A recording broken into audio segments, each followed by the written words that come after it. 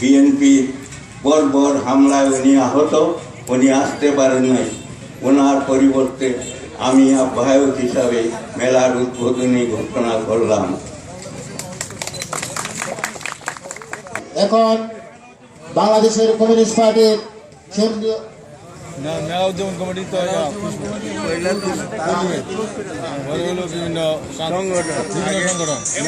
সংগ্রামের সাথে বন্ধুগণ, এখন কমরেড মনি সিংহের প্রতিকৃতিতে প্রথমে পুষ্পস্তবক অর্পণ করবেন মেলা উদযাপন কমিটির সম্মানিত নেতৃবৃন্দ।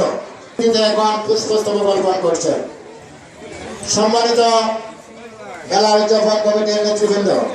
তারপরে বাংলাদেশের কমিউনিস্ট পার্টির কেন্দ্রীয় কমিটির পক্ষে পুষ্পস্তবক অর্পণ করবেন বাংলাদেশের কমিউনিস্ট পার্টির কেন্দ্রীয় কমিটির সভাপতি মণ্ডলীর সদস্য বর্ষিয়ান রাজনীতিবিদ কমরেড শাহ আলম।